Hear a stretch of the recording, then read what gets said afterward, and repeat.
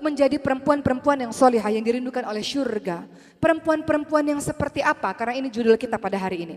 Perempuan-perempuan yang solihah versi Al-Quran. Pertama, surah An-Nisa ayat 34. Fassolihatu qanitatun hafidhatul lil ghaibi bima hafizallah. Wanita yang salihah adalah wanita yang taat kepada Allah Subhanahu wa taala dan menjaga diri ketika suami tidak ada. Taat kepada Allah artinya sami'na wa ata'na. Kami dengar ya Allah, kami taat ya Allah. Apapun yang Allah perintahkan kita lakukan, apapun yang Allah larang kita tinggalkan. Pertama, dan menjaga diri ketika suami tak ada artinya setia. Engkau mungkin bisa setia, bisa baik pada saat suamimu ada, tapi belum tentu ketika suamimu pergi engkau bisa setia, teman-teman sekalian. Ada pasangan-pasangan muda yang suaminya begitu khawatir. Nih hati-hati, kalau suaminya udah posesif, berarti mungkin salah satu indikasi suami nggak percaya sama kita. Mama, di mana sama siapa? Tolong kirim foto-fotonya lagi sama siapa aja, Mah. Tolong laporan setiap 2 menit sekali. Tolong kalau telepon video call aja. Saya mau lihat sekelilingnya seperti apa. Ini mungkin suaminya nggak percaya sama istrinya. Atau ada suami yang pasang GPS di handphonenya istri. Dia tahu, oh istri saya pergi ke sini. Istri saya pergi ke sini, melacak keberadaan istri. Mungkin. Ya 2 ya kemungkinan karena terlalu sayang. Kedua karena nggak percaya. Sabar. Bener gak Bu? Ibu-ibu yang sudah berumur pernikahannya puluhan tahun. Sabar. Anak-anak yang baru menikah di awal-awal pernikahannya kenapa banyak bubar? Gak sabar. Bener Bu? Emang begitu, gak ada cara lain. Ini Al-Quran yang nyuruh kok. Pergaulilah pasanganmu dengan cara yang baik. Terus kalau ada apa-apa yang kamu gak suka, sabar. Udah gak ada kata lain, sabar. 2 orang disatukan dari pengalaman hidup berbeda, keluarga yang mungkin berbeda, pendidikan mungkin berbeda, semuanya berbeda. Ya, kita bukan cari persamaan, kita cari yang bisa saling melengkapi. Saya cerewet, situ pendiam. Ya, saya boros itu hemat gitu, saling melengkapi satu sama lain ya sabar. Kenapa kata Rasulullah banyak perempuan-perempuan yang masuk ke dalam nerakanya Allah? Karena mereka ketika ngelihat suaminya buat salah satu aja, perempuannya istrinya mengatakan, suamiku aku tidak pernah melihat kebaikan apapun dalam dirimu. Semuanya buruk dan diungkit-ungkit semua kesalahan yang lalu. Ini perempuan kadang kalau suka berantemnya masalahnya yang A. Tapi diungkit semua yang kemarin. Suami buat salah satu, hilang semua kebaikannya. Itulah teman-temannya 2 jam 3 jam, lagi nongkrong-nongkrong aja minum-minum kopi. Itu namanya laporan atau minta izin? Laporan, bedakan minta izin sama laporan. Ibu sebelum keluar rumah izin dulu, boleh enggak? Kalau udah di mall ya suaminya bilang enggak boleh ya gimana udah di mall. Ya, jadi bedakan antara izin dan laporan sebelum keluar rumah harus minta izin dulu.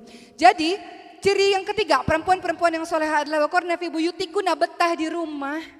Boleh enggak keluar rumah? Boleh dengan syarat dan ketentuan berlaku. Yaitu adalah mendapatkan izin dari sang suami. Janjinya Pak izin ya 2 jam ya 2 jam. Jangan nambah-nambah jamnya. Ini izinnya majelis taklim. Tapi sekalian habis itu arisan. Sekalian habis itu gak tahu lagi pergi kemana. Ya kalau izinnya majelis taklim ya majelis taklim. Selesai nih kajian pulang ke rumah. Ya, kecuali izinnya memang udah dengan yang lain-lain gitu. Waqarna fi buyutikuna banyak di rumah teman-teman sekalian. Kemudian ciri perempuan-perempuan yang salihah yang berikutnya adalah dalam surat Al-Hujurat ayat 12. A'udzubillahi minasyaitonirrajim. Ya ayyuhalladzina amanu jtanibu katsiran minadh-dhonn inna ba'dadh-dhonni itsmun wa la tajassasu wa la yaghtab ba'dukum ba'dha. Ayuhibbu ahadukum ay ya'kula lahma akhihi maytan fakarihtumuh. Wahai orang-orang yang beriman, Ibu orang-orang beriman bukan? Teman-teman sekalian yang masih muda orang-orang beriman bukan? Ya, kalaupun belum nikah ini adalah pelajaran pranikah. Ya teman-teman sekalian ya. Kan banyak yang muda-muda, waduh aku belum nikah dikasih materi suami-suami istri-istri begini. Ini adalah materi pranikah. Apa yang dikatakan dalam surah Al-Hujurat ayat 12 ibu-ibu sekalian. Wahai orang-orang yang beriman, jauhilah kebanyakan dari prasangka. Adalah orang-orang yang seperti memakan bangkai saudaranya sendiri. Contoh, Suami pulang kerja, pergi ke kamar mandi. Dia ke kamar mandi, handphonenya. Sama siapa? Chatting sama siapa? Instagramnya follow siapa? Tuh kan DM sama siapa? Tuh kan masih DM sama mantannya. Udah aku bilang blok gak di blok juga. Seuzon.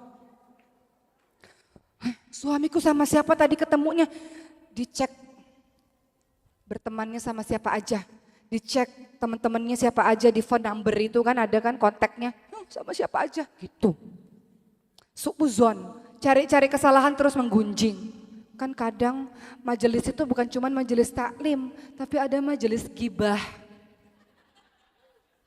Ngomongin orang. Tahu nggak? Tapi jangan cerita sama siapa-siapa ya. Ini rahasia cuman buat kamu aja loh. Ceritalah, terutama cerita tentang suami sendiri. Suamiku tuh itu ya Allah, kok bisa ya saya dapat suami kayak gitu. Tapi kamu jangan cerita sama siapa-siapa ya. Aku tuh cuma cerita sama kamu. Nanti temennya yang ini cerita sama temen yang lainnya. Kamu jangan cerita sama siapa-siapa ya. Ini amanah nggak boleh ceritain. Kamu tahu nggak suaminya si itu. Nanti orang yang ini cerita lagi ke sana. Satu kampung tahu urusan rumah tangga gara-gara mulut istri nggak dijaga. Maka ada kalimat di dalam Al-Quran. Ini rahasia yang keberapa ini? Kelima. Jaga aib. Hunna libasulakum wa antum libasulahun. Mereka istrimu adalah pakaian bagimu dan engkau suami adalah pakaian bagi mereka. Pakaian itu fungsinya adalah jaga aib. Menutup kekurangan. Bagaimana rumah tangganya Bu? Alhamdulillah baik-baik aja. Tutup pintu, rumah tanggaku berantakan ya Allah. Sedih. Di depan orang banyak, Alhamdulillah baik. Doain ya semoga sakinah mawaddah warahmah. Suamiku tuh baik luar biasa. Tapi di sepertiga malam, ya Allah sedih rumah tanggaku ya Allah. Gitu Bu harusnya. Ini kalau terjadi permasalahan rumah tangga curhat ke orang lain atau curhat di sosial media. Dikit-dikit sekarang posting. Tapi yang udah sepuh-sepuh sih alhamdulillah gak punya sosial media Bu ya. Bagus juga tuh gak gaul di sosial media. Karena kalau zaman sekarang punya sosmed dikit, suamiku kasih cerita di sosmed. Bikin status-status di sosmed. Dibaca sama satu orang di seluruh dunia ini. Ya Allah ternyata rumah tangganya lagi berantakan. Akhirnya ada laki-laki yang baca, oh rumah tangganya lagi berantakan, aku pepetin gitu. Kesempatan, aku ini laki-lakiku tunggu jandamu dari dulu. Dari masa dia gadis ku tunggu jandamu, oh dia lagi ada problem, aku pepetin gitu. Membuka pintu syaitan, buka-buka rahasia rumah tangga, membicarakan aib orang lain. Atau aib suami sendiri, buat apa teman-teman sekalian? Ada sebuah kisah nyata di Jeddah. Suami istri lagi bertengkar. Suaminya marah luar biasa pada sang istri, dipukullah wajah istri. Kemudian istrinya menangis, tiba-tiba terdengar bel pintu rumah berbunyi. Ketika istrinya membuka dalam keadaan sembab matanya, ternyata ibunya sang istri. Suaminya dari kejauhan deg-degan.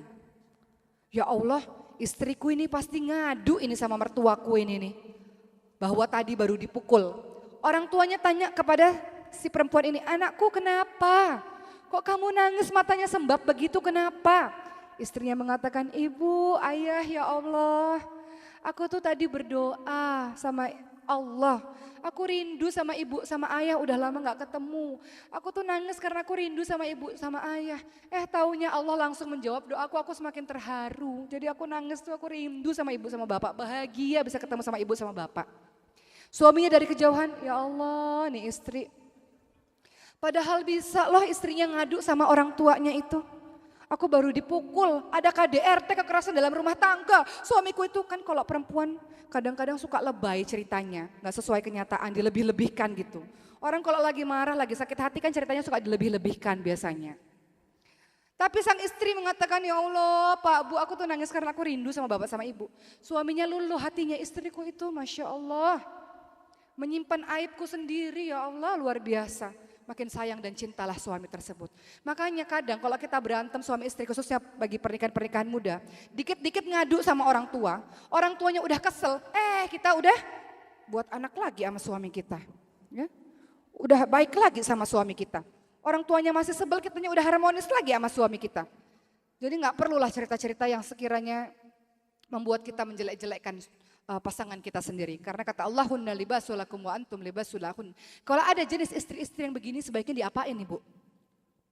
Istri yang kerjaannya suka ngomongin kejelekan suami terus, diapain ini sebaiknya ini?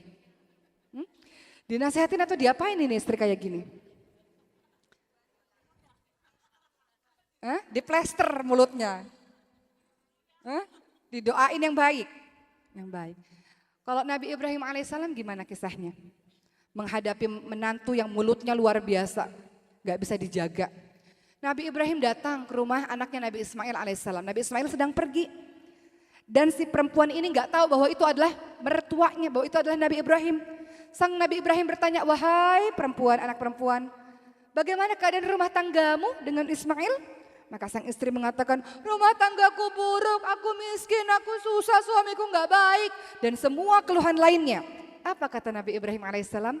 Tolong katakan kepada Ismail kalau pulang, ganti pagar pintu rumahnya. Jadi kalau istri yang cerewet, yang ngeluh terus, yang buka aib suami terus, harusnya diapain bu? Mau diganti? Mau diganti? Akhirnya apa yang terjadi? Akhirnya Nabi Ismail paham bahwa perempuan yang begini gak bisa dipertahanin, diceraikan. Diganti dengan istri yang baru, kemudian Nabi Ibrahim datang lagi ke rumah anaknya Nabi Ismail sedang pergi.